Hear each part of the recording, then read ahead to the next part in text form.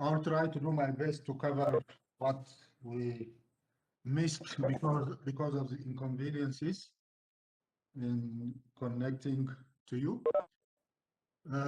Today's topic is about tissues. We would begin the first tissue we have in our body, which happen to be epithelial tissue. You know, you have seen about cytology. Cells are somewhere here if you look at our body's organization. Various types of cells are found in our body, but to make tissues, related cells will come together along with non-cellular substance would give us tissue. So tissue is made by related cells and non-cellular substance. We call it extracellular matrix like this. Here you have about 4 cells and non-cellular structures. Some are fibrous, some others are amorphous type of substance. This would give us tissues. Tissues, again, are various types. Related ones are coming together to give us organ. When I say related, in relation to the specific organ. So tissues are making organs. Organs come together, again, related ones, to make organ system, and organ system make the organism. So here we have the tissues in our body's levels of organization to begin today to look at it. There are various types of tissues in our body. One type is epithelial tissue, another ones are connective tissue, muscle tissue, and nerve tissue make the basic tissues in our bodies. Under each one of these, we can have sub-tissues. So there are various types of tissues, but these are the basic tissues which make our bodies. So as I said, today's topic would be to look at histology of the epithelial tissue. Again, next, it also happened to look at with me connective tissue. Next time we meet, and then other times you'll see muscle tissue and nerve tissue. Epithelial tissue has its own peculiar features and characteristics, and one of such unique features of epithelial tissue, because of its needed function, is that it is closely bound. The cells are closely bound like this one. All dot-like regions you see are representing the nuclei of the cell. Mind you, under light microscopy, you cannot see the boundaries of the cells. So these are merged. They look like as if they are merged because we cannot see them. The light microscopy cannot see the boundary between one cell and the other cell. But among the contents of each cell, the nucleus is big, you see them. So these dot-like regions are the nuclei. So here you can see very crowded cells. These are also another epithelial tissue. The underlying lightly stained is another tissue. It is connective tissue. This region, for example, you also see some lightly dispersed type of cells. This is another tissue. It is a muscle tissue. So in epithelial tissue, the cells are very much crowded. Another feature of epithelial tissue is that they don't have blood supply. There is no blood supply. So for purpose of getting their metabolic need by diffusion coming from another tissue, which happen to be connective tissue. So epithelial tissue comes in close association with connective tissue for at least 2 reasons. One is to get metabolic need they have to get by diffusion from the heavily blood supplied connective tissue. The second reason is that the connective tissue also offers it is physical support. So because of this, epithelial tissue is closely related with connective tissue. With regard to the types of, again, epithelial tissue or functional of, for its function of epithelial tissue, we can divide epithelial tissue into 3 types, broad categories. One is that those which are involved in covering and lining surfaces and the cavities in our body, all surface exposed to either outside or inside should be covered or lined by epithelial tissue. So one of the basic function of epithelial tissue is to cover or line any exposed surface of your body. This surface could be to the outside, like for example the skin. The skin has its most outer layer made by epidermis, which is nothing but epithelial tissue. The oral cavity, the stomach from inside, the bladder, take any organ which has the surface, like blood vessel, the inner surface is exposed where blood is flowing. All these surfaces should be covered or lined by epithelial tissue. For what purpose? For protection, absorption. In some cases, like for example, those epithelial cells that are lining the roof of the nasal cavity are, for example, involved in smell. So you see, covering is also related for sensation.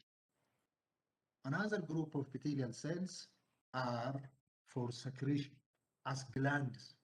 So the glands we have in our body are largely epithelial tissue. And a small, excuse me, small minority of epithelial cells are contractile, like this ones indicated by the green outline. Look at this cell. It has a cell body and several processes to surround a capillary. And by surrounding this capillary, it offers one, support. Second, because it contracts, when it contracts, the flow of blood vessels, the capillaries would be regulated. So in this type of manner, some small number of epithelial cells are functioning as contractile cells. We call this myoepithelial cells. Myo is referring to muscle. They are epithelial cells which are acting like muscle. So you see, epithelial tissue has three broad categories. One is lining or covering, second is secretion, third is contractility. Now let's look at the characteristics of the cells which makes them able to carry on such listed function.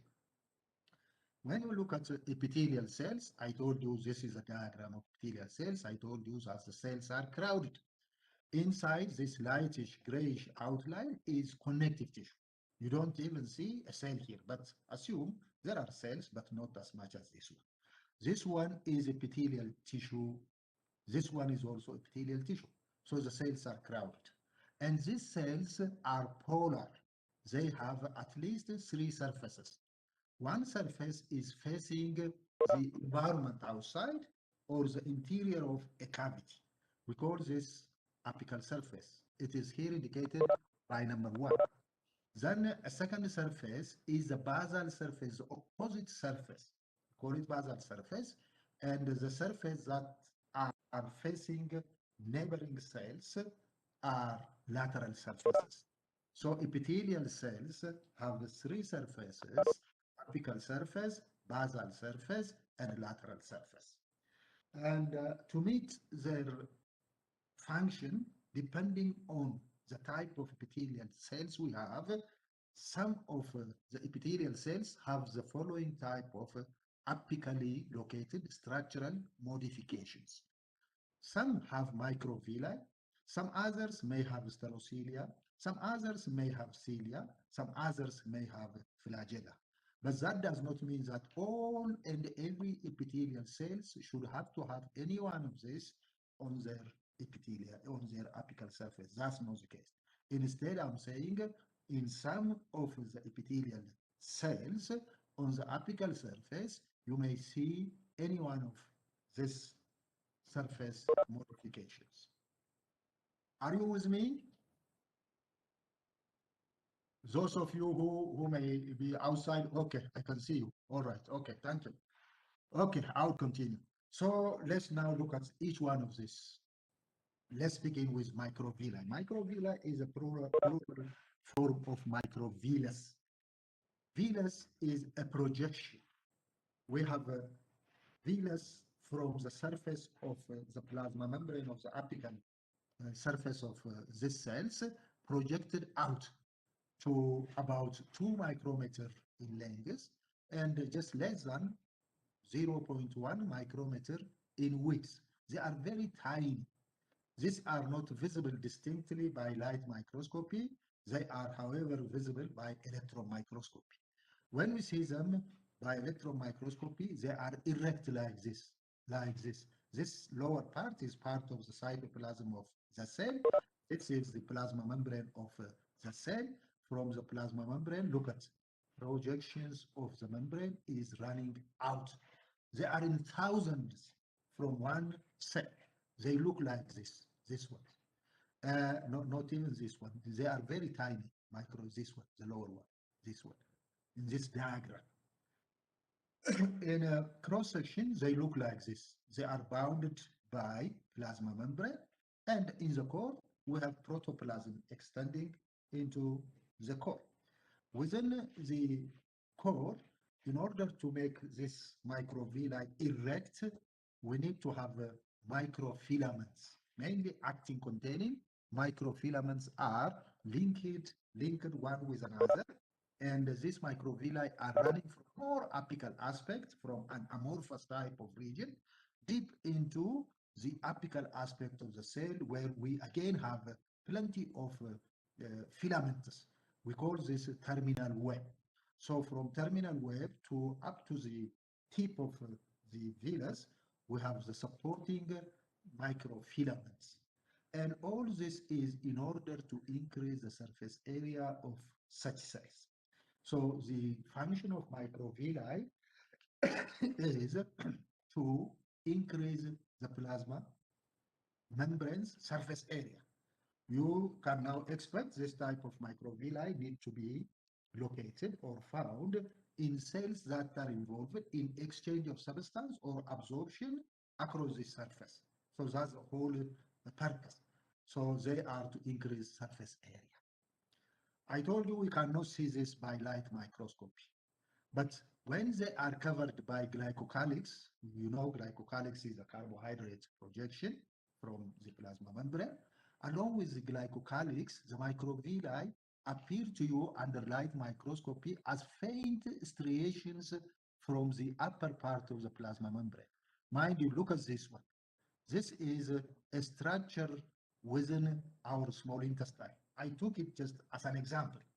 Here is a cross-section of a structure within a kidney. And all these are epithelial cells. Look at this nuclei. These nuclei belong to adjacent epithelial cells.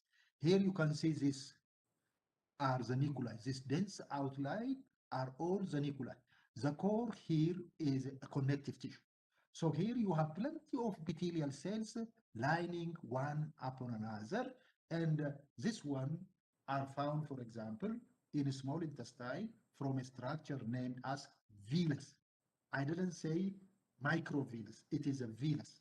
It is another structure. Again, for increasing surface area, we have the layers, the inner layer of small intestine is folded.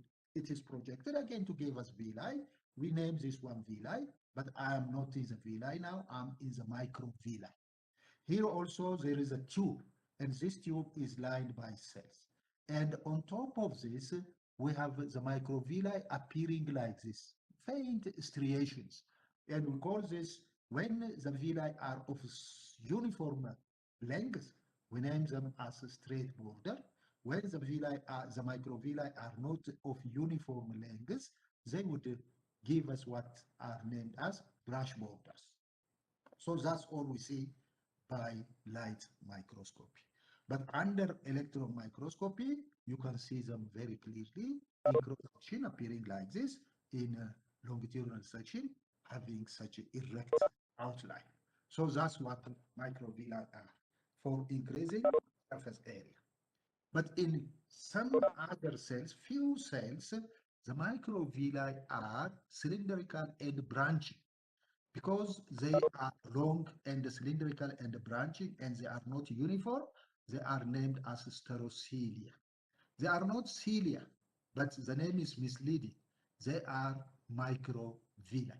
Because cilia and microvilli are different, I'm going to show you the structure of cilia. I've already shown you the structure of microvilli. So these sterocelia are modifications of microvilli, we have them in few cells. In some other cells, which are now not to increase surface area, but they need to move some substance on top of them. Like, for example, those covering our nasal cavity, on the top of the nasal cavity, there is a mucus strategically placed. And this mucus is meant to trap dust particles from the air we are breathing in. And this dust particle trapped within the mucus should be removed by beating, So for that purpose, the apical plasma membrane of such cells have what are named as cilia. Cilia are tall, they are long, they are wider, they are bigger, and they are tall as this one in diagram. And they are made by plasma membrane projection with core of this time cytoplasm containing microtubules. You remember from our discussion of last module, microtubules are for sliding one upon another and causing bending and straightening. By doing so, they can beat towards one direction, and these are cilia. They have microtubules, not microfilaments. So they are different structurally with regard to size and function. And this cilia have the root, which is nothing but same as centriole. You go and revise your centriole. And the shaft has only two microtubules in the center, surrounded by 9 pairs of microtubules. These are the structure of cilia, and such composition would enable these projections to get bent and straightened. By doing so, they are able to move structures present on top of them. We have in some cells. Some other cells in us, in mammals, they are present, but in other mammals. In us, we have only on sperm cells what are named as flagella. We have only one flagellum, and this flagellum structurally is same as cilium, but it is much longer. So when cilia are long and are restricted to a few cells, like for example in sperm case in humans, these are named as cilia, flagella. Structurally, cilia and the flagella are just similar, but only differ by length. Then I have to quickly show you what we have such structural modifications on the lateral surface. I have finished about the apical surface modifications in some epithelial cells. Again, on the lateral surface of some epithelial cells, we have structural modifications for purpose of connecting them together. I told you epithelial cells are highly crowded together.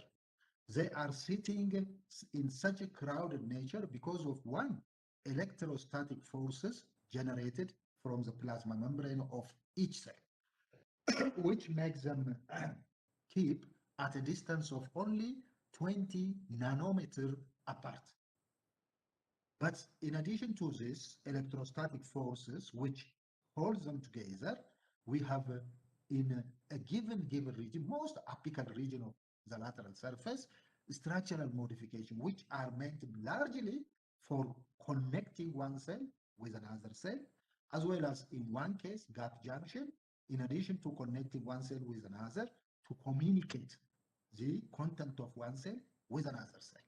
So we have such structural modifications on the lateral surface of epithelial cells. If I take you briefly in each one of this, the first one is, I told you, tight junction. It is also named as zonula occludens. Occludens means it is a barrier. So it has an additional function, not only to hold cells together, but also to act like a barrier for substance not to pass between cells, like this one. Look at this. From the basal aspect, substance can flow freely between the cells. But when it comes to the point of zonula occludens, it cannot. So this zonula occludens has two functions. One, attachment, two, acting like a barrier. And it is also zonula. The term zonula is referring to like a belt So right at that location, the epithelial cells are held to each other to all cells that are found in that location. So it is like a belt. It is not like point to point. So epithelial cells, think of them like found like this. Here you see, you only see the front cells. The front cells are linked one with another with adjacent cells. In that case, you can see it linked to the right or to the left cell. But what about to the cell located behind? What about to the cell located in front? They are all connected at that specific location by the tight junction, which is running like a belt all around the circumference of the cell. So that's what tight junctions are. So because of their nature, they are named as zonula occludens. At such points, the outer plasma membrane, the leaflet of the plasma membrane, come in contact to about 2 to 4 points, and making them only separated by about 1 to 3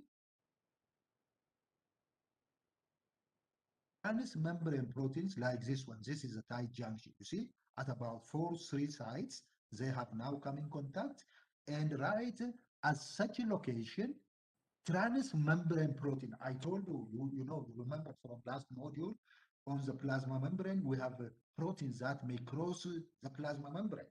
When such protein crosses, this protein has cytoplasmic end as well as, sorry, let me answer this question. Hello, ሶረሳ አቤት ተስተካክሎ ሌክቸር እየሰጠው ነው። አመሰግናለሁ። ኦኬ ታንኪው። አሁን እነሱም እየሰሙ ነው። ይኸው ምስጋናህን የእነሱንም ላንተ አደርስልሃለሁ። ኦኬ ኦኬ ታንኪው። ኦኬ it is Ato Soresa who is just following whether we have managed to conduct the lecture or not. So you have heard I have extended our thanks to him. So you see, these transmembrane proteins have an inner end and an outer end. The inner end is linked to cytoskeleton of the cell. In this case, in tight junction, the cytoskeleton linked are microfilaments. But the external end is fusing, making bond with another such transmembrane protein coming from adjacent cells.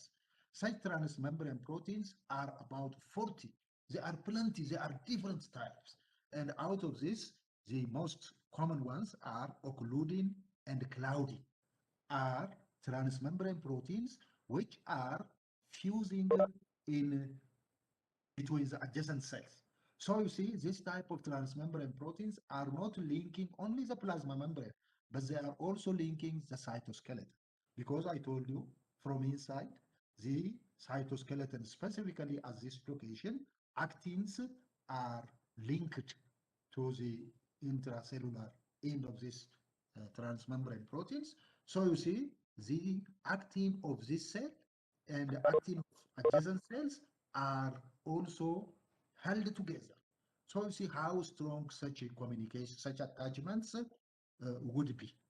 And I told you this tight junction is also a barrier.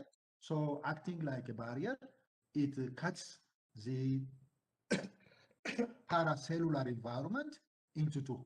This cell, for example, can have free movement of substance on up to this location, having on the lateral surface as well as basal surface freely moving, but when it comes to such a tight junction, it cannot move. And those which are found above are also moving. So because of this, tight junctions are said to divide the circumference of the cell or the surrounding of the cell into an apical and a basolateral compartment. So this basolateral compartment is just free to move. It also includes the plasma proteins of plasma membrane, and the apical ones are also free to move. But when they reach here, they cannot pass. So that's what junctions are. Their functions include cell-to-cell attachment as well as acting like barrier. Then intermediate junction. Intermediate junctions are zonula, same as tight junction, zonula, but they are not occluding, they are not barrier. Instead, they are just adhering. They are just only meant to connect cells together because there is a gap of about 20 nanometer left. So the plasma membranes are not brought close together as that of tight junction. Again, they have transmembrane proteins which are linking, again, cytoskeleton, which also happen to be microfilaments of adjacent cells together. So intermediate junction are only for cell-to-cell attachment. They are linking not only plasma membrane, but also cytoskeleton. They are linking are again microfilaments. I'm going to tell you about the third type of cell attachment, which happen to be macula adherens. Macula adherens are named as macula. Macula means point. It is point-to-point attachment. So it is not belt. You see, adjacent cells need not to be connected right at one location, but they can be located at multiple sites. When they are to be connected, the connection is not in a circumferential type of manner, but it is to a disc-like manner, disc to disc.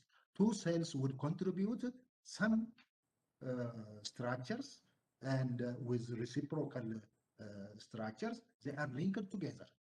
And it is not zonula, it is point to point, it is macula. This macula adherens is also named as desmosomes. And in these desmosomes, the cytoskeletons that are linked are intermediate filaments. You see, I told you the previous ones are linking microfilaments. But I'm saying these ones are linking intermediate filaments. If I ask you which ones are stronger, there is no doubt that you have to answer macula should be strong because they are linking the strongest cytoskeleton of the cell. You know from the last module, intermediate filaments are the strongest. So they are linking the strongest cytoskeleton of the cell together, whereas the previous two are linking the weakest cytoskeleton of the cells. That's what desmosomes are. The location of the function, the basic function of macula adherens is therefore to connect cells where this type of cells are located in regions that are subjected, like for example, cells that are found covering our skin.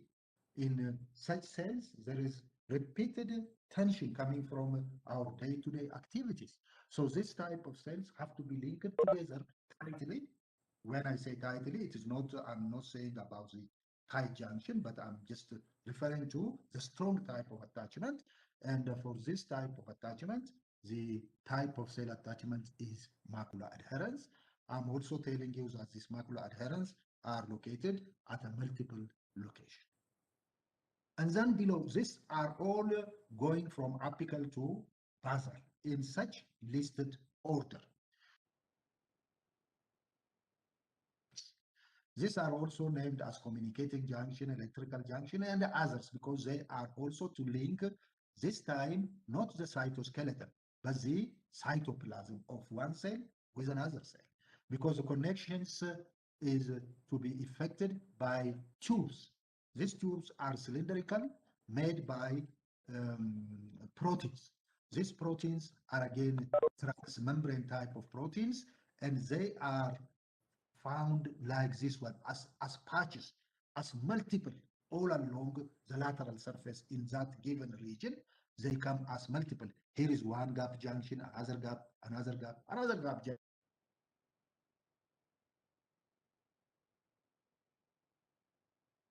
As connexon. Read this. CONNEXON is pronounced as connexon. Each connexon is made by 6 subunits. I told you it is hexagonal. And this hexagonal protein connexon is made by 6 proteins named as connexin. You see, this one is I, this one is O. Connexin and connexin. These connexin are lying peripherally, leaving a gap or a pore of about only 2 nanometers. And similarly, another such a protein comes out of the adjacent cells to fuse in the intercellular space. And this intercellular space is in about, again, about each one is protruding out for about 1.5 nanometer. So these cells are separated by 2 times 1.5 nanometer. And these tubes are linked. So one, they are connecting one cell with another cell. They are connecting the plasma membrane of one cell with another cell. So they are attachment. The second one is because they have a hole in the center, substances with diameter less than this much size, and if the charge allows, could flow from one cell to another cell, such as small hormones, amino acids, AMP, and ions, GMP, can be communicated between the cells.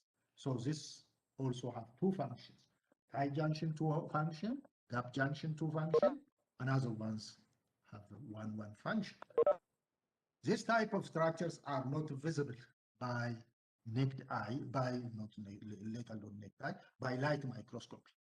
And because of this, by light microscopy, they could only be appearing as something dense structure, as a bar, and they name them as a terminal bar. When it comes to electron microscopy, they could be visible as, again, densities separately. So you can see this is part of another one cell, here is part of another cell. These ones you see at the apical aspect are microvilli. So these are microvilli. And here you can see a space. This space is the space between one cell and another cell. And look at towards the apical aspect of this adjacently located cells, you can see 3 densities: number 3, number 4, number 5. If I ask you to label number 3, I know you have to label it as a tight junction. Number 4 is intermediate junction. Number 5 is desmosome. So these 3 are usually coming together as junctional complex. And studies from biochemical aspects would tell us that how they are formed. Those proteins I told you, those cylindrical type of proteins I told you, are not visible by electron microscopy. They are just descriptions of another studies from different angle. So structurally, from histology aspects, that's all we can see.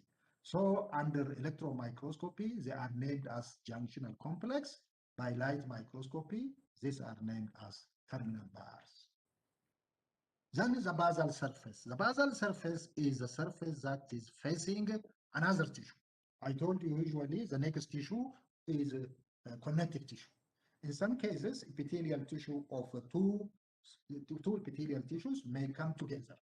But usually, the epithelial tissue is a basal surface, is just is the interface between epithelial tissue and a connective tissue. And in this region, right at the junction, there would be contribution of both epithelial tissue and the underlying connective tissue to form extracellular matrix. I told you tissue is made by cells and non-cellular substance. One of such non-cellular substance is located right at the basal aspect of epithelial tissue, and it is named as basement membrane. By light microscopy, you see it as a dense line. When you study it under electron microscopy, you see what is contributed by epithelial tissue and what is contributed by connective tissue are visible. And what is connected from epithelial tissue aspect is named as lamina lucida. Lucida means a lighter zone. And another one is named as lamina densa. So under electron microscopy, the epithelial cells would contribute a lighter zone and a denser zone. These two are measuring about 50 nanometer each. And these are just nothing, don't consider that they are something unusual thing, but they could be transmembrane protein. From this cell, a protein may be protruding out, or it could be just a secretory product. So this is visible, these are visible as lamina lucida and lamina densa, and these are together named as lamina, basal lamina. We name them basal lamina. So epithelial cells are contributing basal lamina. On the other hand, from the inner aspect, connective tissue would contribute what is named as reticular lamina. This reticular lamina is more of extracellular substance, which could be fibrous type of structures, which could be amorphous type of structures, and this would be more clear to you when I describe the connective tissue next time. They are products of connective tissue cells, specifically named as fibroblasts. So under light microscopy, reticular lamina and basal lamina together are named as basement membrane, and they appear as a dense line. That's what we have on the basal aspect of epithelial cells. And still again, we have additional structural modifications. These are named as hemidesmosomes, focal adhesions, and basal striations. These three are equivalent to some of the structures I told you we have either on the lateral surface or on the apical surface. Hemidesmosome is just half of a desmosome. I'm telling you, it is half a desmosome like this. This is because the epithelial cell will contribute what they contribute on the lateral surface. But because at this junction we have only one epithelial cell, the connective tissue has another type of structure. So in this region, we have half a structure which look like desmosome. When we consider it is half a desmosome, you have to think that these are linking the intermediate filaments. So there are strong type of attachment of the basal surface to the underlying connective tissue. This region is the basement membrane. And because it is half of a desmosome, it is a strong type of attachment because it is linking the intermediate filament like this.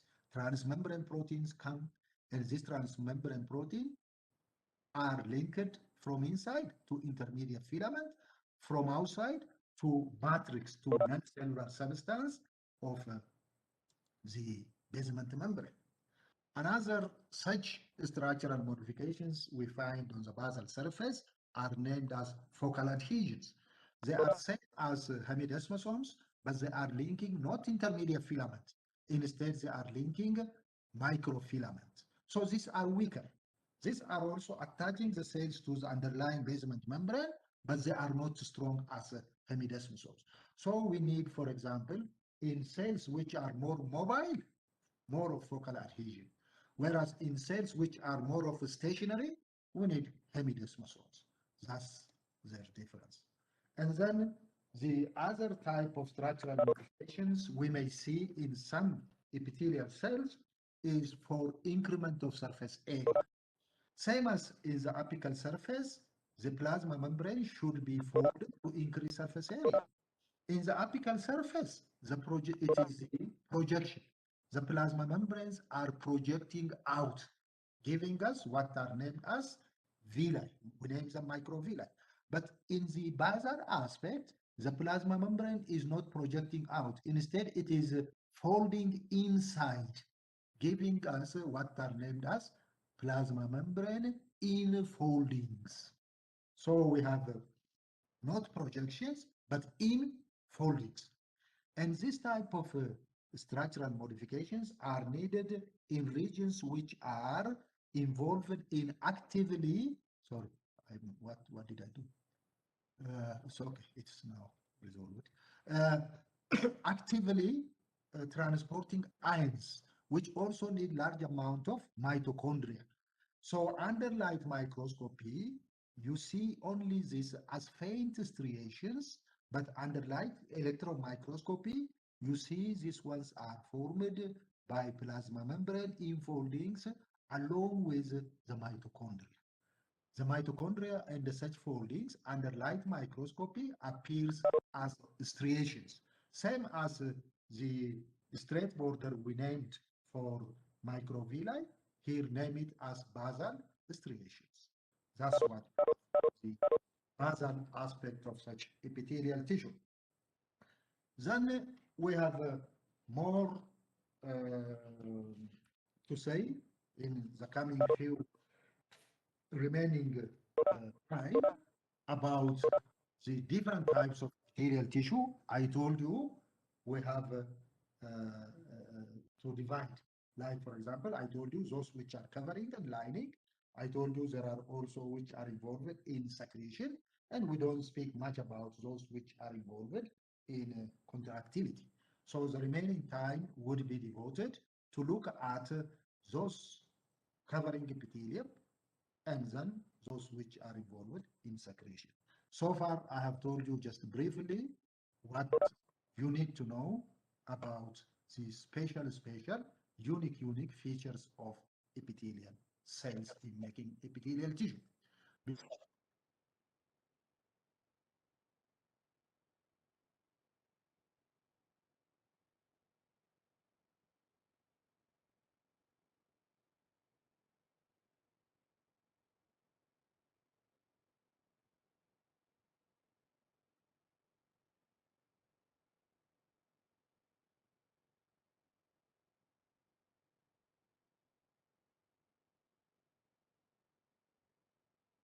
You can also chat. You can also chat. That's okay. Those of you who may be located outside the library may even speak. Is there anything you comment? Shall I continue same? Shall I move in the same speed? Okay, I can see the thumbs raising. All of you are in the library. No one is from outside. No one is able to talk. Are you all muted? ማንም ሊናገር አይችልም?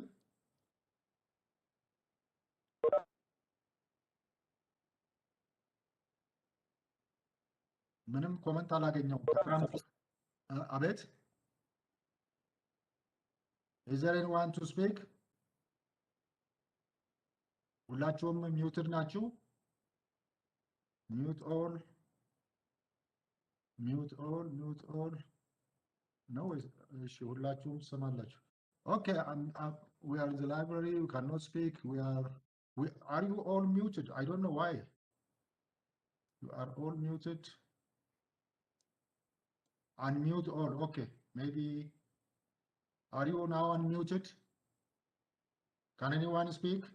Okay, you cannot. Maybe, okay, request sent. So there is an administration who may unmute you all. But I cannot unmute you all. So okay, anyway, you can chat. I only see the thumbs raised. So anyway, I'm just moving ahead. I see 93, 92 participants. Okay, so I'm now going. I'm moving. We don't have much time to spend. Let me close the chatting. Let me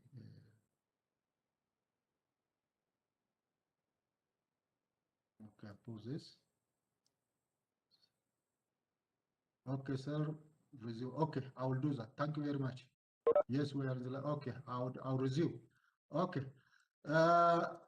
Now let's look at the different types of epithelial tissue. We can see two types of epithelial tissue. The broad division of epithelial tissue is one into those covering and lining, and the second one is those which are making glands. Those which are lining should not be taught by you now, should be identical, because I told you the epithelial tissue, those which are covering or lining, could cover the surface of the skin. I also told you we also have such epithelial tissue covering blood capillaries. And those epithelial cells covering the blood capillary should be very thin because they are meant only for transfer of substance across them.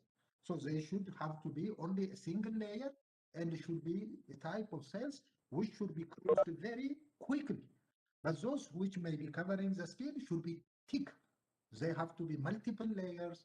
The cells should be very tough. So you see the covering and lining epithelium should not be identical. So you see we need also to have some manner of identification of this. So we have classification of covering epithelium. And the way we classify would be based on two criteria. One is based on the number of layers, because some epithelial cells may be a single layer. This type of epithelium is named simple. But we can have others to be multiple layer, and this type of epithelium is named stratified. So covering and lining epithelium could either be simple or stratified. Second criterion. The second criterion is based on the shape of the cell. Some cells should be very thin so that they are very quickly crossed. And this type of epithelium are flat, we name them squamous. Others are round, we name them cuboidal. Others are tall, we name them columnar. And at this point, in order to look at the shape of the cell, you cannot see, because you cannot see the boundary of the cell, you have to look at the nucleus. Because almost always, the shape of the nuclei follows the shape of the cells. So flattened cells have flattened nucleus, cuboidal cells have round nucleus, columnar cells have tall or oval nucleus. So the shape of the nuclei should be looked at, because I'm going to show you the boundaries of the cells are not visible. I also have begun by showing you one slide where the shape of the cells, the boundary of the cells are not visible, but the nuclei are visible. So the shape of the nuclei would tell you the shape of the cell. So we have three different types of epithelium based on shape. So you see, at least if I ask you now, how many types of covering epithelium do we have? You would answer 6, because you would answer to me simple squamous, simple cuboidal, simple columnar. Again, stratified squamous, stratified cuboidal, stratified columnar. At least 6. But we have more because some are coming again with varieties. Under simple, these are what we need. This time, the blue outline is to mark the connective tissue. The purplish above is to mark epithelial tissue. Look at the epithelial tissue. These are flattened. Look at the nucleus. These ones are diagram. Even you can see artificially made boundaries. But in reality, you don't see the boundaries. But look at the spacing and the shape of the nuclei would be important thing you have to give attention. The spacing is also important. And the level of the occurrence of the nuclei and the shape should be looked at. So these ones are simple squamous, simple cuboidal, simple columnar. This simple columnar usually comes as two varieties. Some have cilia, some have no cilia. So we can split this as ciliated, simple columnar, non-ciliated, simple columnar. These are just as a varieties. Then there is one type of additional simple epithelium which under light microscopy confuses one, appearing as if it is stratified, because the cells are not of uniform shape. These ones are made by epithelia with uniform shaped cells. Suppose, what about this type of epithelium is mixed with this or this? You would see the nuclei located at various locations. I told you in reality you don't able to see the boundary of the cell. So it would appear to you as if the epithelium is made by cells sitting one upon another. As if it is stratified, so it confuses, and they named it as a pseudo-stratified type of epithelium. This is what it looks like. Look at this.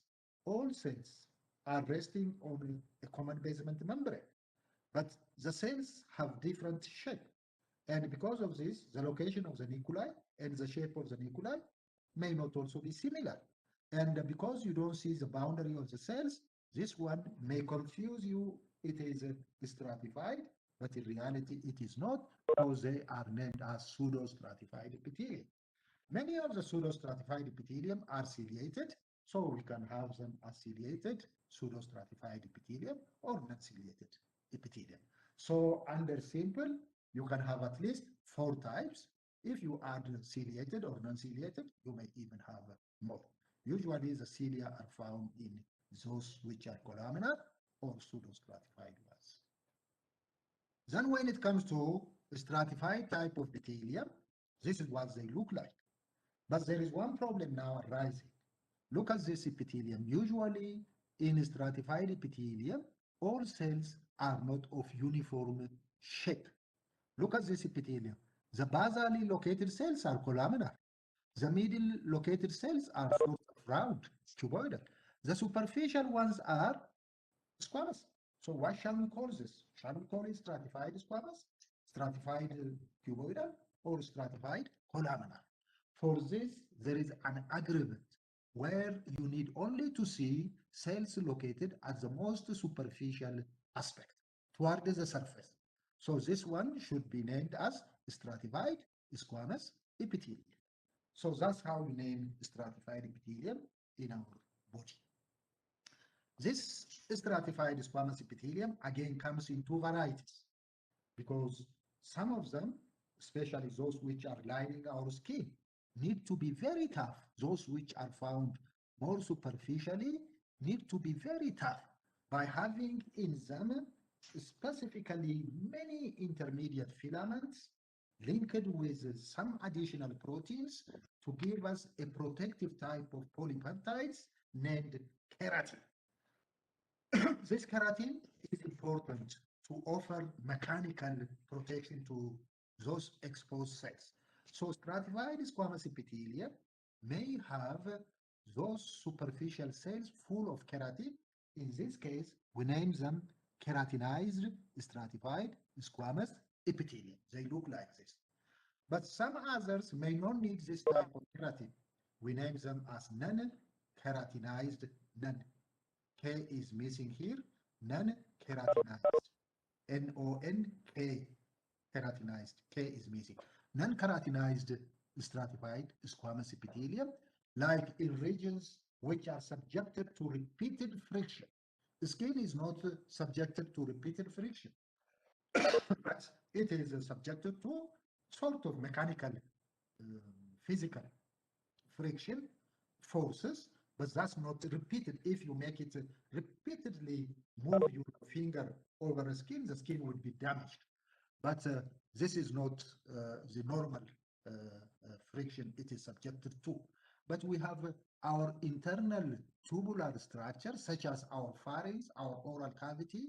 When we are chewing, the oral cavity is subjected to repeated friction. When we are swallowing, bolus would move the inside the epithelium, causing some repeated friction. In this type of cases, the superficial cells should not be dried. When they are full of keratin, the cells are also dead. The cells are dead, full of keratin. So in those which are subjected to repeated friction, superficial cells not need to be dead. They should be alive, but they should be also wet. They shouldn't have to have keratin, but they have to have another way of protection. So they are non-keratinized. So under stratified squamous, you have 2 types, either keratinized or non-keratinized. Then add stratified cuboidal, add stratified columnar. So few in their location. So again, under stratified, how many types of epithelium do we have? 4 types. But in addition to this, we also have 1 type which is added to stratified epithelium. This type of epithelium changes their shape. They are lining distensible luminal structure, such as the urinary bladder, which, when it is full of urine, would be distended. When it is empty, the epithelium should be collapsed. So because of this, the thickness of the epithelium and cells located in superficial aspect would change their shape. When it is empty, look at the relaxed epithelium is thick, as if it is made by more layers, and the superficial cells are very swollen cuboidal type. But when it is stretched, the epithelial cells are fewer in stratification. They are more flattened, so they look like in a transition of development. They look like a transition of development, so they name them as transitional epithelium. Another thing why they name them transitional is because another feature of epithelial tissue, especially those type, is that they are easily changing from one type to another type. Mind you, I'm only lecturing, focusing on those which are more common. You have to enrich this by your readings from different sources. So this could be just one evidence for this is that I didn't tell you, for example, one of additional characteristics of covering epithelium is that the cells could be changed from one type to another type. Like, for example, pseudostratified epithelium of our nasal cavity in repeated damage, like, for example, in chronic smokers, could be changed into another type. It could come to be stratified type, for example. So because covering epithelium has such characteristics, when people looked at the urinary bladder, sometimes thick, sometimes thin, they thought that it is in a transition of its appearance, so they named it transitional epithelium. But that's not the case. It is not in a transition of development, but it is showing the state of tension it is subjected to because of its nature, whether it is empty or open. So you see, at least under stratified epithelium, you can name about 5 different types of covering epithelium.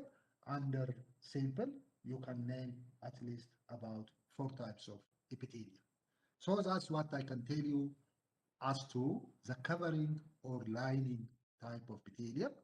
And then I would pick another presentation which would show you about glandular epithelium. We have to take about 10 minutes break and come to look at the glandular epithelium. But before we dismiss this session, before the break, if you have any question, you can ask. Otherwise, as you might have already noticed, we are almost half the way of our lecture. I'm a little bit fast, I know that. That's again, as I told you, to compensate the time we lost before we begin.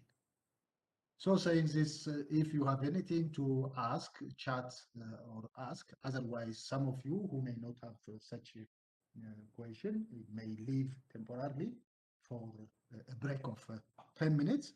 Now it is 11. Class will resume exactly 15 past 5 ከሩብ ክላሱን እንደገና ጀምራለሁ። ከዛ በፊት ተመልሳችሁ ግቡ። ጥያቄ ያላችሁ ግን ጠይቁ። Feel free to ask. I am now looking at the chat. There is no one. Oh, maybe there is. Okay. It was down here. We are in the library. I can see we are all muted. Sorry about that. We are in the library, so we cannot chat. Most of us we are library. Please resume. Library found in the library. Are transitional epithelium only found in you? Yes, transitional epithelium, not only urinary bladder, but urinary tract. The